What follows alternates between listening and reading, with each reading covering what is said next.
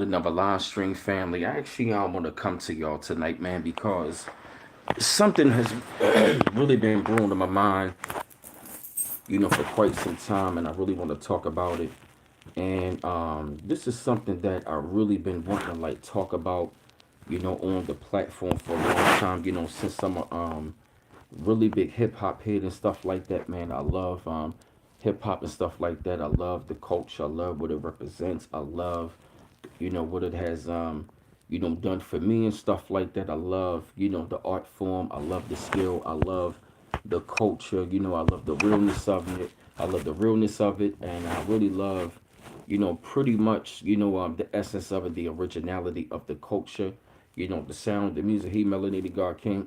I just I love it. But I really been doing some like a lot of thinking as of lately, and I'm really starting to like, I really started to connect some dots. I'm really starting to connect some dots in Hey Bootleg Car Studio, and I'm gonna say hey A1 Doski, and I'm gonna say like don't get me wrong, man. It's like let's not be overthinking this thing, man. Hey Mary Lane, but it's me like really connecting dots, and it's me really start to put two and two together because you know I was doing some thinking about when they was talking about how gangster rap was pretty much ushered in, to pretty much lead us into self-destruction, and how the record labels are pretty much connected to the private prisons, and stuff like that. And like over like the last couple years, especially as of recently, I really had, matter of fact, I just need to lay down and just get comfortable. Ouch! Hope I hurt myself. I'm sorry, y'all. But this is a topic that I really got to get out to y'all because when I really started to take a look at like hip hop, over the years and stuff like that, and started to see the direction, where it has like taken. I've seen how the culture has grown, elevated, and evolved, but I also seen how a lot of things became, a detriment, pretty much, usher in to be a detriment. Become, because I really firmly believe the hip hop culture, was really, born and bred, with, true originality by real people and stuff like that.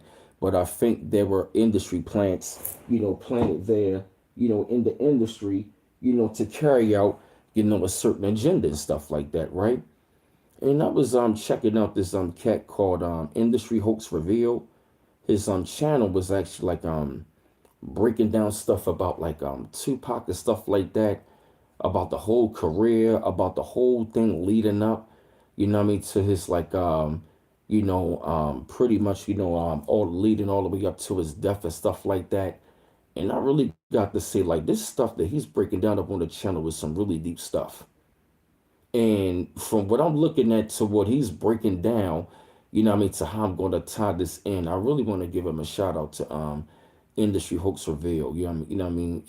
I got to say, like, I've been looking looking at the channel, dissecting stuff and just really checking out stuff. It's really starting to add up because I really remember the time frame, when hip hop, was like I'm at a different time frame, like in the late 80s. And see, I remember like, kind of like doing like a trip down memory lane of hip hop, seeing for where they came from and seeing that change and seeing how they've been talking about the secret meaning that changed hip hop. It really all starting to add up and make sense. And I'm going to break this down. Peep it right. Now, if you notice right, when hip hop started, it was real conscious. We had a lot of conscious MCs out there. I mean, really great MCs that were lyrical and that were intelligent. And at that time, they made it cool to be intelligent. I remember that time frame when hip hop made it cool to be intelligent. You can be from the hood but be intelligent. That was around the time frame when we had Public Enemy, we had X Clan, we had people like De La Soul, we had people like who else? Like I said Public Enemy, X Clan, Poor Righteous Teachers, Leaders of the New School, De La Soul. Then of course you had cats like Wu Tang. Then of course you had cats like Nas, you know what I mean? Yup, KRS-One, Rakim, Big Daddy Kane, cats like them. And for the most part, most of them rappers were 5%ers. They were really conscious and dropping a lot of great information to wake up our people. And see, if you take a look around the time frame, like in the late 80s, right? Now, mind you, let's connect this dot. Let's connect this dot, right? Now, around the time when hip hop starts gaining, excuse me, starts gaining traction, the crack era hits 85. And then all of a sudden, right, crack hits 85. Now, people, I'm going with this. Look at all of the angles where I'm coming with this at. Crack hits 85. Hip hop still growing and brewing. Now, this is around the time with Public Enemy and them is hitting. They clicking on all cylinders, dropping that conscious revolutionary rap, that hip hop, waking up the minds of the people. It takes a nation of millions. It takes a nation of millions to hold this back. You feel me? They was dropping that stuff. They were dropping the teachers of the Honorable Elijah Muhammad. You know what I mean? Having Minister Farrakhan and stuff like that. Having the Nation of Islam in the video. Having the 5%ers. All of that stuff. They were dropping real heavy stuff. Heavy knowledge to wake up our people. Now, peep this. Now, around the time when, I'll say like around when crack was really hitting like 87, 88. Now, how is it, you know what I mean, when Rakim and Big Daddy Kane is peaking, you know what I mean, real good, that was when all of a sudden around 88 NWA comes out with Straight Outta Compton. That was when he ushered in gangster rap. And come to find out, that whole entire thing about that music could not be played or whatnot, that was a whole entire publicity stunt. Pretty much what the guy broke down, and with another video broke down on Industry Hoax Reveal, they pretty much was doing it to, you know what I mean, to like, it was pretty much like to advertise, you know what I mean, gangster rap. And see, the funny thing about it is we were the ones that bought into it. Why? Because we thought that they were taking away our freedom of speech. But see, the whole entire time, they were really ushering in something that was pretty much being a detriment. Because if you listen to NWA, listen to the group, niggas with attitudes. That's a degrading word right there. I mean, we had guys that had names with meaning. Rakim Allah, arm, leg, arm, head. KRS-One, knowledge reigns supreme over nearly everyone. You understand what I'm saying? We had cats like them. Big Daddy Kane, King Asiatic, nobody's equal. They were dropping knowledge. They had bars, but they were dropping knowledge. They were barely even cussing. When NWA comes out, is bitch this, fuck this, hold this, shoot them up with the AK. They started talking about death and destruction. But we thought they were taking away our freedom of speech, but we bought into something that was a part of our destruction. And see, around that time frame, a Public Enemy was saying, fight the power. You know what I mean? That was when KRS-One came with the song Self-Destruction to combat what they were saying. That makes sense now. They were pretty much using the song Self-Destruction as pretty much as a weapon and the tool to combat what they were talking about. Not to say that them brothers couldn't be rappers and get their money, but no, they were a publicity stunt. NWA was a publicity stunt. They were manufactured. Come on. They were manufactured to bring about, you know what I mean, to bring about destruction. You want to know how I know? Because check this out. That was when I believe around that time frame, 88, that was when the movie Colors came out in 88.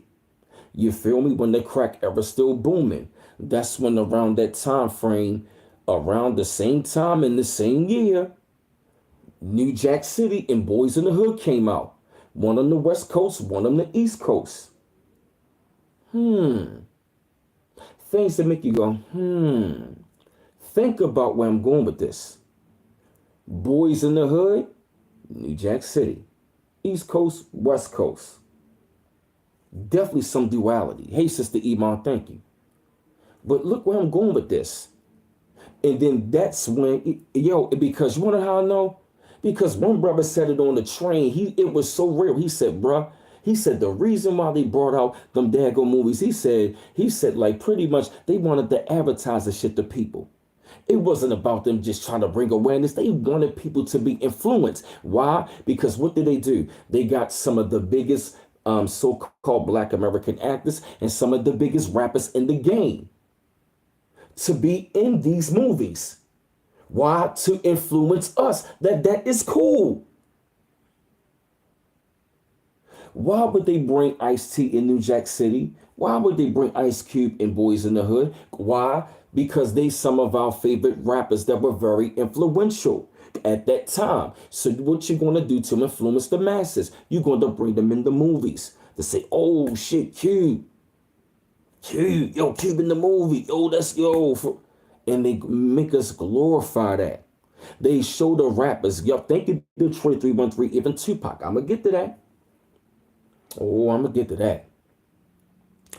Because if you really take a look around that time frame, those movies started to come out. And then look at look at how all of the years adding up.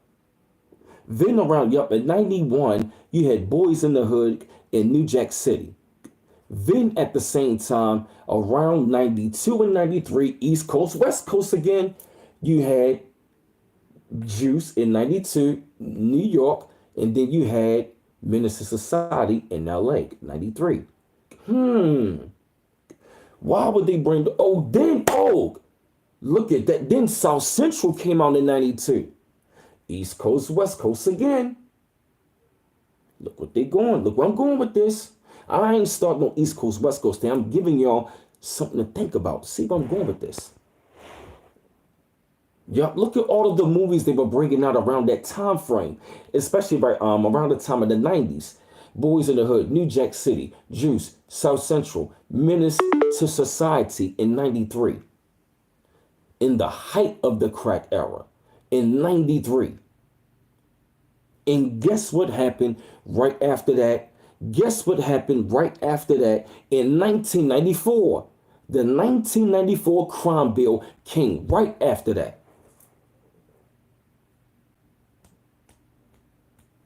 You see where I'm going? Do you see the dots I'm seeing what's being connected right about now? And the reason I'm going to put Tupac into it, Poetic Justice in 93 as well, showing toxic relationships in the so-called Black community. Now look where I'm going with this. Around the same time, look at this. Above the rim in 94, look at this, how I'm connected dots with Pac. How you learn in 95, above the rim in 94. Peep this. All right, give me a second, y'all. Look at the parallels. Look how all of this correlates with one another. Around the same time that Boys in the Hood in New Jack City came out, Tupac came out in 91. Tupacalypse Now. Two movies and Tupac came out around the same time. And then look at 93. Pac came out in 93. Menace to Society came out. Poetic Justice came out. And then around the time frame, why is it in 91? Let's take it back. In 91 when Pac came out, he was revolutionary. He was the one speaking out against Boys in the Hood, New Jack City. He was supposed to be the Black Messiah that was supposed to be speaking out against that. Why is it in 93 when Minister Society came out? And thank you, C-Mac. Thank you for that connection. Pac was supposed to be in Minister Society as Sharif. But your album is called Strictly for My Niggas in 93. How the fuck you go from being revolutionary in 91 to thug Strictly for My Niggas in 93? In the height of the crack era, around the time a Minister Society came out. And then around that time you had interviews, and then around that same time I believe they said that was around the time frame when Pac I believe actually got a pretty much I think they said either one of these two events happened. Either Tupac either shot at police around that time frame, or but that was when Pac literally got police brutality against them. Yup, and that was around. Yup, Juice. Thank you, Angel Eyes. Thank you. Thank you, thank you, thank you. They also showed it on the channel. Juice shows Pac initiation. Thank you. Thank you, Angel Eyes. Thank you. Yup. Industry Hoax Revealed talked about this. Juice shows Pac initiation. That was his initiation into that in 92. So 91, he was revolutionary. 92, he turned into Bishop. And they even said, people said when Pac came out of the screening, they said he came out a different person. Then in 93, he turned into the Thug. When around the time Minister Society came out. Then at the same time, around 94, when he came with Thug Life. Why the fuck would he come with Thug Life around the same time the 1994 crime bill came out? It was a setup. Come on. He was there to bring about destruction and to lead us in the prison. Why would Pop be showing videos all the time in prison? Trapped. Now we got trapped music. When T.I. showing a trap museum, he was setting us up. Thank you, Industry Hoax Revealed. Pac was a setup. I always had a funny feeling about him. He was a Gemini. He represented duality. Thank you, Angel Eyes. Wonder why they call you bitch. Brenda's got a baby. I get around. Keep your head up. Everywhere I go, I see the same hole. Wonder why they call you bitch. Pour out a little liquor. Show love to the homies. But hit them up. Fuck the bitch in the clique you claim. Fuck all you niggas. I make sure all you kids won't grow. Then I see a video on his channel where you talking about it's cool for your son to sag his fucking pants and you was sagging your pants. Then you came a Thug Life. And then you got our brothers coming on talking about Thug Life. In the penitentiary. Glorifying that. Cause I remember when brothers came home. You ain't real if you ain't been to jail. You had brothers going to jail, glorifying that shit, and coming home glorifying that. Brainwashing and poisoning our brothers and our community to be locked up in the goddamn system that you claim that you against. Come on, Pac. To me, that really makes sense that he was pretty much the biggest industry plant. He was a hell of an actor. I even looked it up myself. His name is Lassane Parish Crooks. It's real. I looked it up. When I put up Lassane Parish Crooks, his face came up. So you tell me what it is. Look at how it all correlates. See how I'm breaking this down? Look how it all correlates. It makes sense. It makes perfect sense, people. Right, yes, he went to the School for the Arts in the city of Baltimore, where I'm from, where I'm at. I'm in B-More right now. I know I got the Yankee fitted on, you feel me? But I'm in B-More. Straight up and down. He was in School for the Arts. Come on, he was an actor. He was there to put on an act. This thug act to brainwash our people. Yup. Because why would they show him in the penitentiary?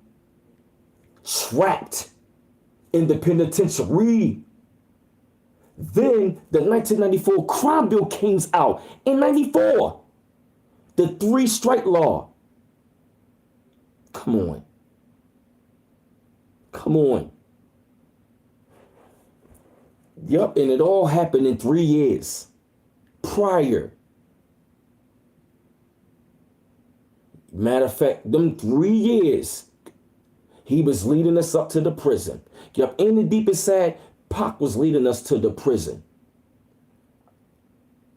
He was the biggest industry plant, pretty much an agent of chaos and confusion. You didn't even know sometimes what the hell he was going to do. He was one extreme to another. I really believe it, man. It really makes sense.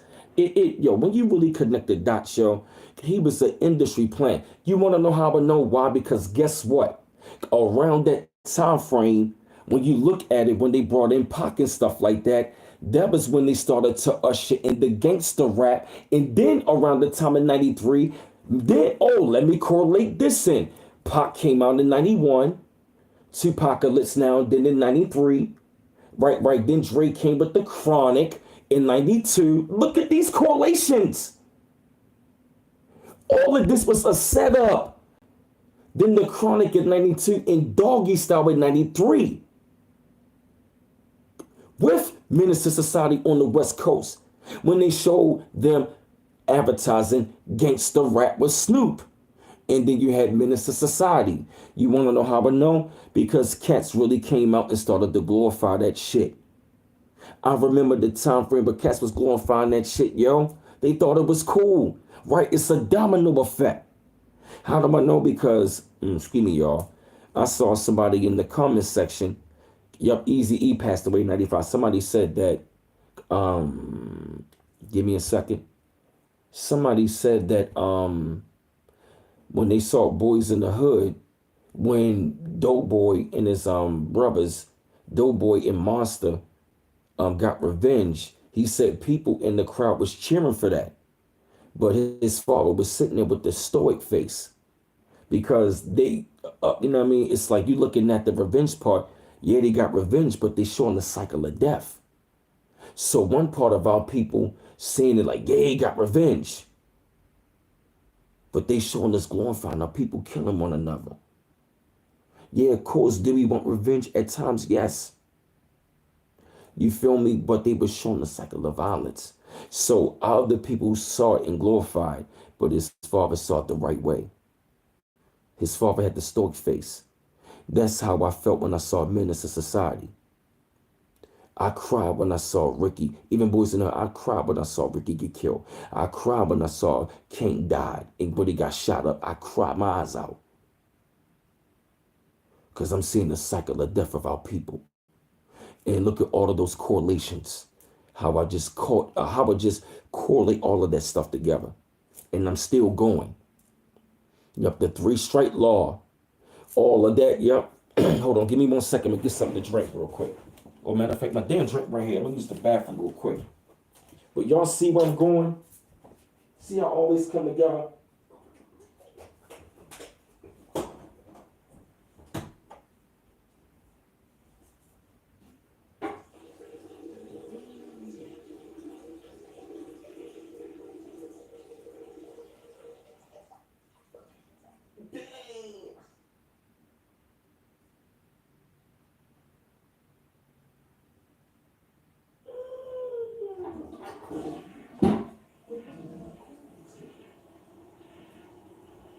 Yo, when he broke that down, it makes sense.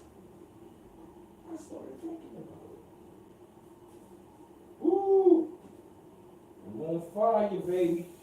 D-Mom's coming with some knowledge tonight.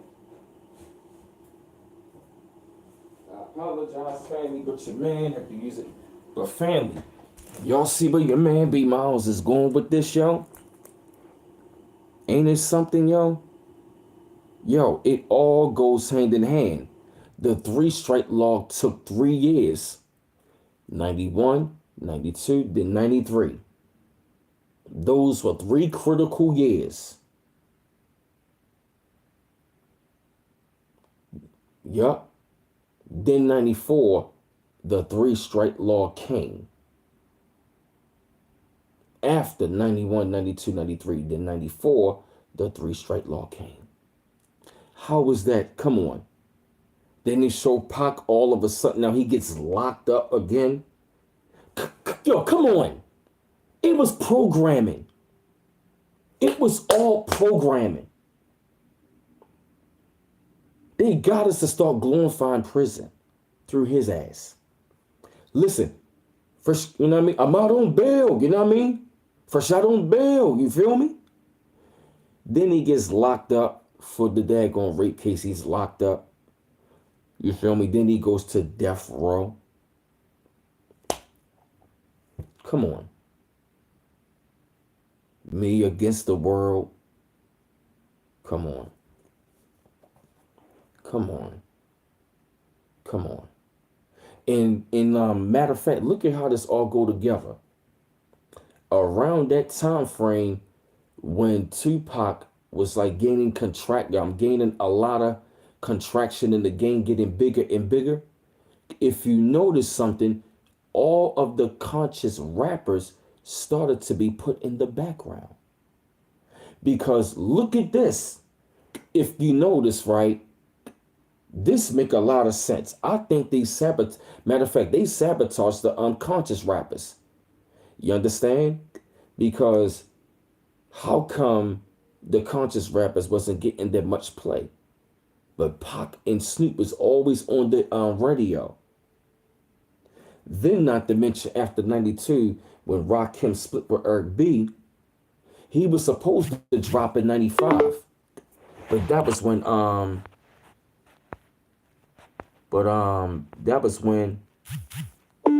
Oh, thank you, y'all. Appreciate it. Yeah, y'all. Yeah, this is deep because around '92 for real, that was Rakim and Eric B last album, and then check this out. He was supposed to come out '95. Pac came out in '95 with Me Against the World when he was real big. And then at the same time, that was when, if you look at it, that was when after '95, Pac died in '96. If you look at '96, that was the start of commercial hip hop. Because how is it the labels finally let Rakim come out in '97, a year after Pac is dead and Biggie is dead?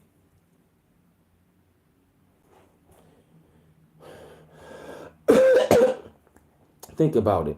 Why would you finally let the God MC, as they say, finally come back out with an album after Pac and Biggie is dead? Remember that? Remember that?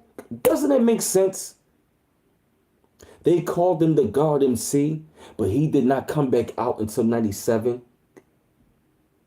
Until the summertime after '97, after Biggie is dead. And Pac died. Pac died in '96. Big died in '97. Then Rakim can finally drop. Come on. Look how they correlate together. Look how it all comes together. Come on. You think we stupid? Thank you, Industry Hoax Revealed. This is real. Check out his channel. I recommend y'all check out his channel. Yo, that shit is deep. It makes sense. They literally shut down the conscious rap to bring in the gangster rap, as they say. And then if you look at it, you know what I mean, they literally took the negative, see, this is what I said about the 90s hip hop. The 90s hip hop to me was still great, even though we had a bullshit in it. But what the industry did, they took the negative bullshit, the little bit of the residue what they created in the 90s, and they just expanded it in the 2000s. And they got bigger and bigger and bigger. Then in the 2010s, it just got bigger. Now we're in the 2020s. It's in fucking overload. Excuse my language, but the fuckery is in an overload. The destruction of our people. They were telling us back in '89, self-destruction. You're headed for self-destruction. Self-destruction in '89. We didn't listen. We did not listen. We did not listen.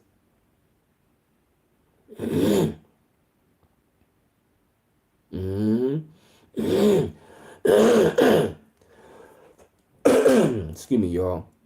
This is real, man. I'm not trying to sound like no damn conspiracy theorist. I don't want y'all to think I'm going crazy, because I'm not. But I'm telling you, man, this is real.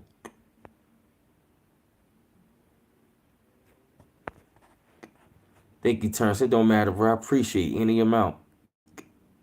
Yep, exactly. Yep, they got rid of all of the conscious rappers off the radio and off of MTV Raps. Yep.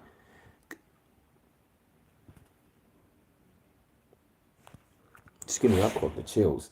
Yeah, y'all see where I'm going with this, y'all? You know what I mean? Look at it. Take a look at it. I mean, take a look at what I'm sorry, yo. There's so many thoughts going through my brain. I hate to keep on stuttering like this, man. But take a look at what's going on. Can't y'all see this shit? Yo, he was dead, yo. to literally usher in that. Because how is it that 93, after 92 when Juice came out, then 93 comes strictly from my niggas on that thug shit. Then 94, how is it he come out in 94 with Thug Life with the 1994 crime bill is signed? Think about that. Think about what I'm going. Look at it, God damn it, it makes sense. Why would he bring Thug Life in 94 when the crime bill is dropped? Now you tell me, is that a coincidence? You tell me. You tell me. I know I'm not crazy, Lena.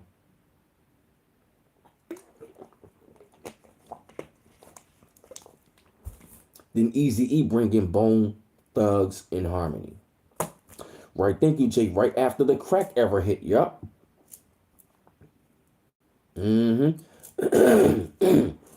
Yes, they did, Shaw Legacy. Thank you, Linda Lewis. And if y'all like to show support, any amounts appreciated. Lena, I'm sorry, Sister Iman has the links in the channel. Man, I'm on fire. Thank you, Sister Iman. And yeah, family.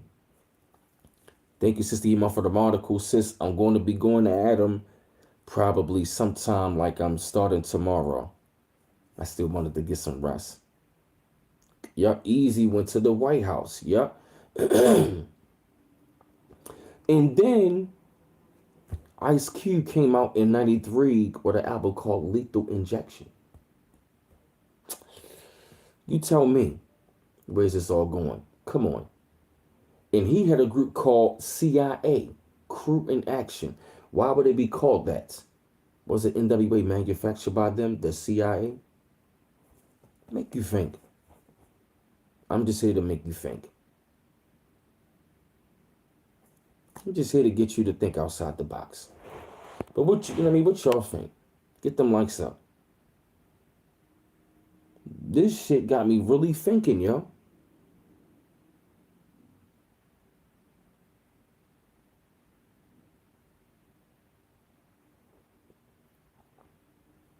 All of that was pretty much brought in to be, to like be ushered in.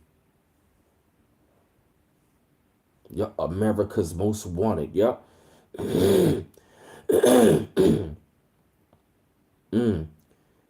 Is that right, Tim Mississippi? Yo, this is deep, yo. This is real. Exactly. What was the 2 Live Crew up to? Exactly. Yep, conscious rap was literally shut down and gangster rap was ushered in. So it can be a part of our destruction. Let me tell you something to the people out there. Let me address this to you. It ain't nothing wrong with the hip hop culture. It ain't nothing wrong with the music. It's just the people that's controlling it and the agendas that are behind it to get you to be brainwashed. It all makes sense now.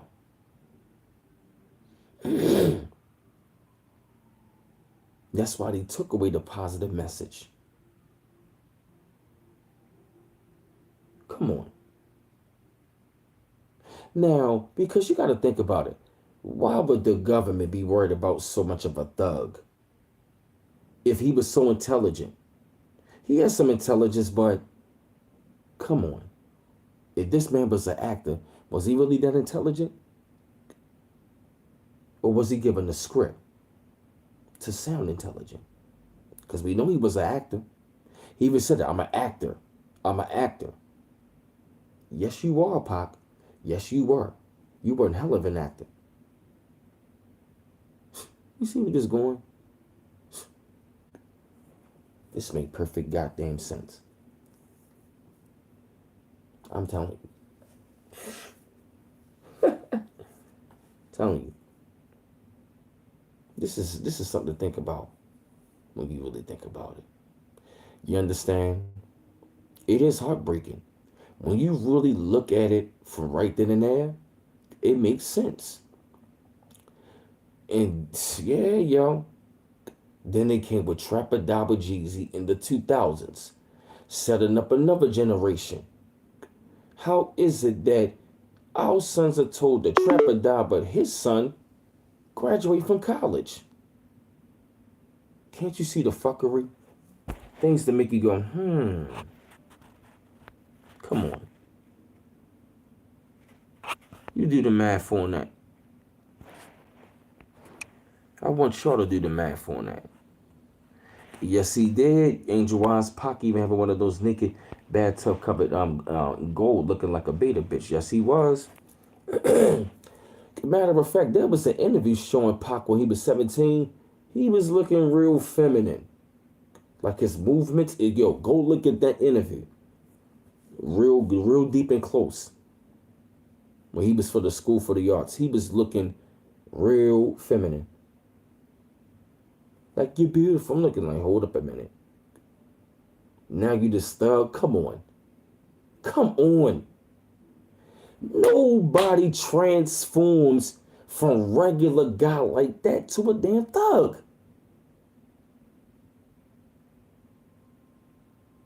How do I know? Because let me. How do I know? Because of course, you know, you run get people. They try to get you to act like that. You influence like it, but it's like I even knew. You know what I mean? I wasn't like that. Try to talk this way, act this way, act hard. Come on, bro. They got y'all out here being programmed for destruction to try to prove yourself over a fucking image that ain't real. That leading your ass to prison that Pac was doing. Mm-hmm. In the penitentiary. Yeah.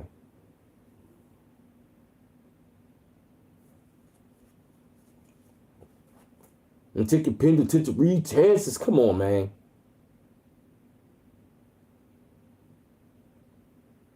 Trapped. Why? Because they got him rapping, making it look good, like it's good to go to jail. And I remember the time I saw this old head, and he said this to me. He said, "You been to prison?" I said, "Nah." He said, "Well, you ain't real." Like, what are you talking about? He said, "You ain't real if you never been to jail." I'm looking like, huh? And see, I remember the time frame. I remember the time frame when. Let's try to thought. I remember the time frame when guys used to really like glorify that. You ain't real if you never been to jail. What? Hey, hold up a minute.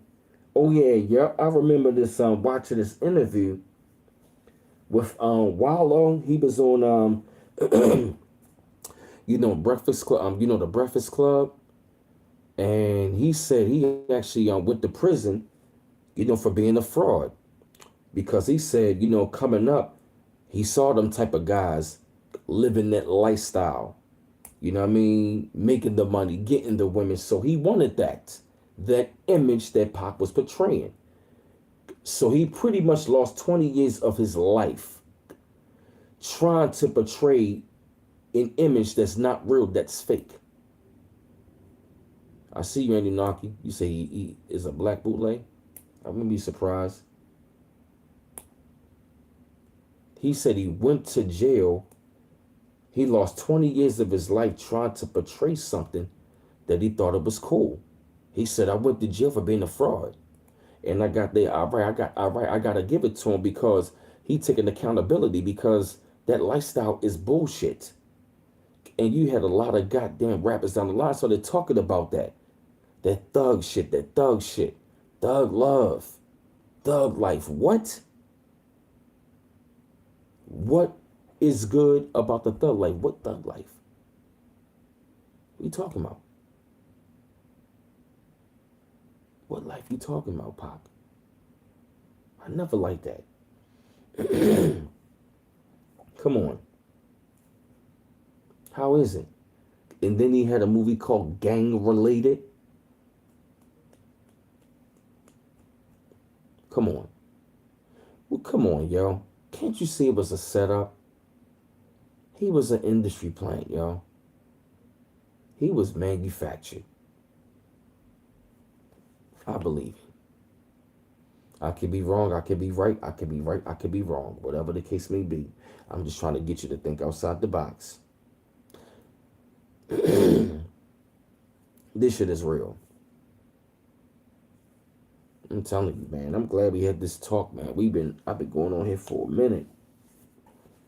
And it's really sad that, many of us have to go underground. But I look at it as it's a great thing because we at that time where that energy is coming back, where people want to hear consciousness. They want to hear something different. Certain generations are getting older, so they want to hear something new, the new wave. They want to hear something good. And, seeing how they literally, program us for destruction through a lot of these rappers, especially through Tupac, because it's just sad. It's sad, it's hurtful because we were tricked into gangster rap. Industry Hoax Reveal got a video talking about that called Tricked into Gangster Rap, how we were brainwashed into thinking that what NWA was saying. And then not to mention, like in 92 in LA, even around the time when Juice came out, that Ronnie King shit, then it was a racial thing. That whole thing was staged to pretty much say, yo, see that right there, see how they treating us? Not to say that doesn't go on. It does. Because I've noticed they really started to show police brutality even more. You notice that? Then Rodney King for real. Now, not to say it doesn't go on, it does. It's real. But it's like the Rodney King thing that happens. Then they talk about Pac was shooting at police and got off. He told me, yeah, yo, we out here bucking that police. Pac ain't go to prison. But a lot of our brothers did, trying to portray that fake image. Now I understand what the Lord Tucker was saying. God rest her soul. Now we understand. It wasn't like she was telling us hip hop is bad. She just saying gangster rap. And of course, at that time, we thought that she was trying to sabotage. I think maybe the Lord Tucker message might not have been more clear. Now, if she was more specific, saying that, I love there's some positive hip hop, but I'm like this gangster rap. Yeah. Oh yeah, C-Mac, yup. That's why I'm talking about the video. Why? Because I literally, that's why, I'm thinking Industry Hoax Reveal because that shit is deep what he talked about. And I hope you see this, because this is deep. How we were tricked in the gangster rap with this false black messiah, and now they prop him up. Come on, now you mean to tell me that the government is after him, but now this man is being talked about in universities? He got all of this, all right, all of these things, these statues, memorabilia. They got him all and stuff. Come on, man. Come on. Do you really think he was the enemy? He was controlled opposition the whole entire damn time. It makes sense. It really makes a lot of sense. Why? Because the damn Panthers, they were manufactured. They were manufactured. Yep. All of them were agents in the Black Panthers. Them black revolutionary groups right along with the civil rights movement was a farce. He even talked about that as well. Yep.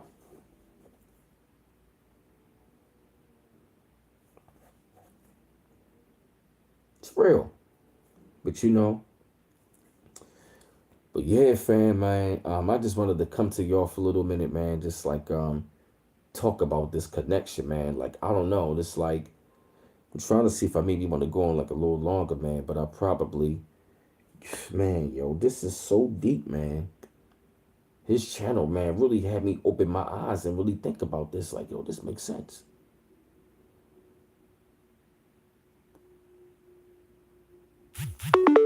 This really makes sense when you really think about it. he was an industry plan to usher that in because look at how all of it, uh, look at that. Oh, so Pac is not in higher learning, but he's damn for sure in Juice, in Gang Related, in Bullet. How come yup, he was supposed to be Omar Epps' character. So why Pac is not in anything conscious? Conscious, you feel me?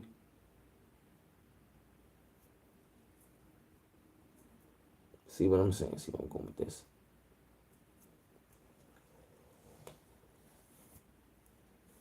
Oh, excuse me, fam. Well, but yeah, fam, what I'm gonna do is I'm gonna jump off of here. Oh man, I'm glad that y'all came up on here, fam. And who knows, man? I'll probably do a part 2 or 3 to this. You know, yeah, man, cause this is real deep. Thank you, Sister Iman. I'm going to be getting to the videos between now and the weekend. I just wanted to get some more extra rest. You know what I'm saying? But it's coming. Definitely going to be coming grinding this weekend. So yeah, fam. Definitely wanted to say thank you, y'all. Peace to Industry Hoax Reveal on the great videos you put out. You know what I'm saying? And thank you, Sister Iman, for putting up the link, sis. And as I said, though, fam, one love. Once again, I'm going to holler at y'all in a little while. So get ready for content. Peace. Yeah, Lena Parrish. Peace, y'all.